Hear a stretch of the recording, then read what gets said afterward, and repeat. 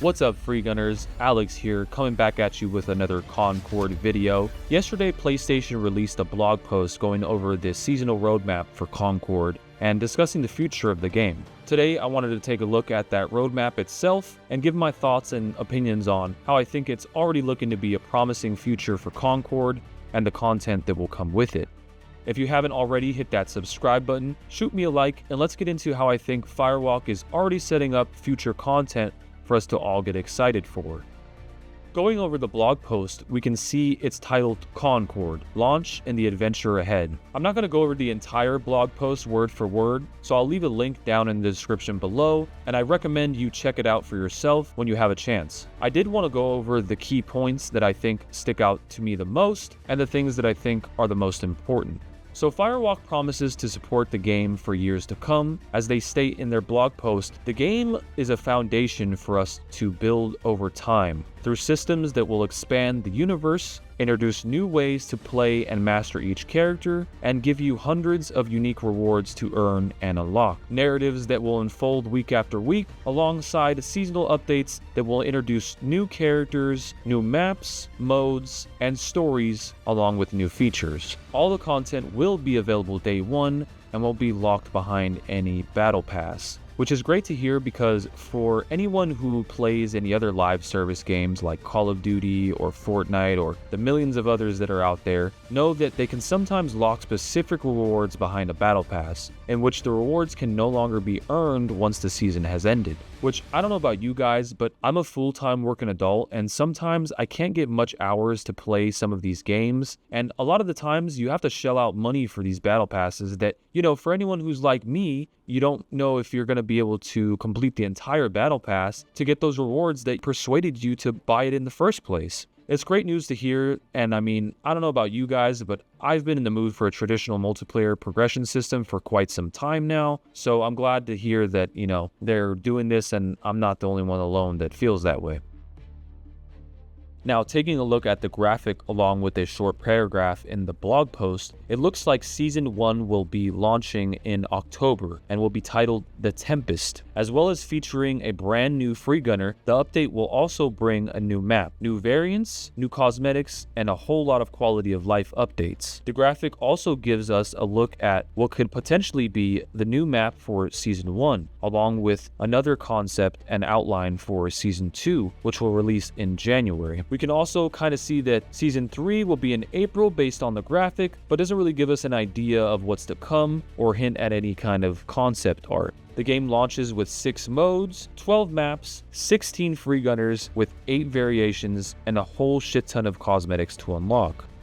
Now, another important thing that I think people might overlook while reading this is if you look under the section Build the Right Crew, you can see that they have added solo training and time trial modes, which sounds like a much needed addition to the game. I know a common complaint during the beta was that you could hop in with a team of random free gunners and about half of those players are shooting the sky trying to figure out, their controls or abilities. I think when it comes to a game like this where you have such a big roster and, all these characters that have all these different abilities, you definitely need an area where you can train and hone in on the free gunners you like the most and their playstyles. The time trial mode also sounds very interesting. I'm not exactly too sure on how that'll work. Maybe just a set of objectives on a time-based mode per free gunner to maybe unlock cosmetics and certain rewards. We'll have to circle back on this when the game launches, but nonetheless, exciting news to get another mode.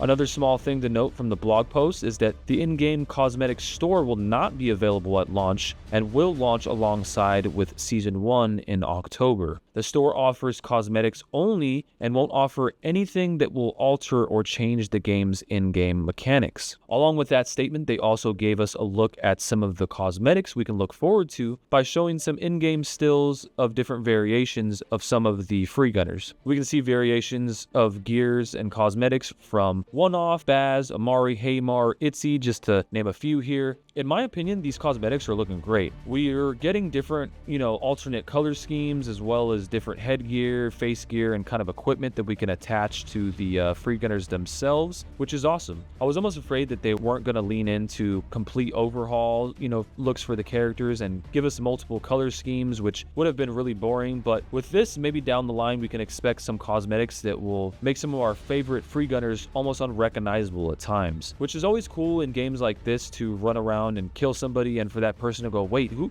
the hell was that? Or what kind of skin are they using?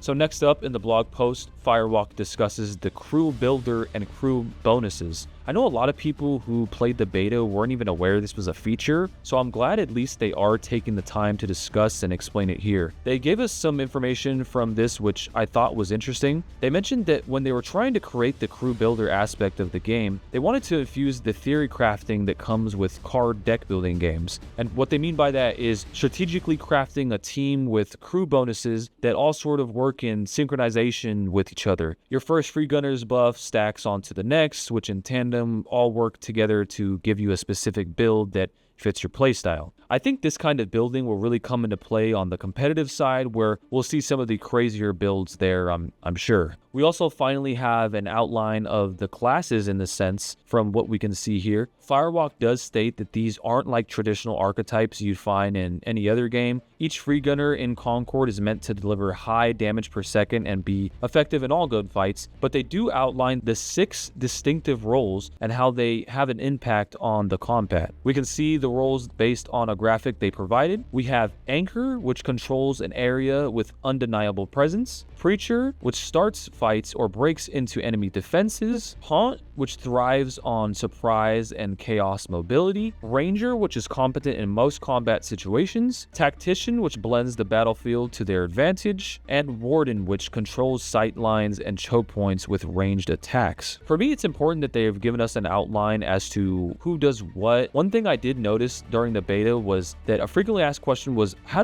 do I know what this person does or what their role is or their job in the team that I have here? So for Firewalk to outline each class in this way is great. Now when we hit that character select screen, we have an idea as to who is working on what role.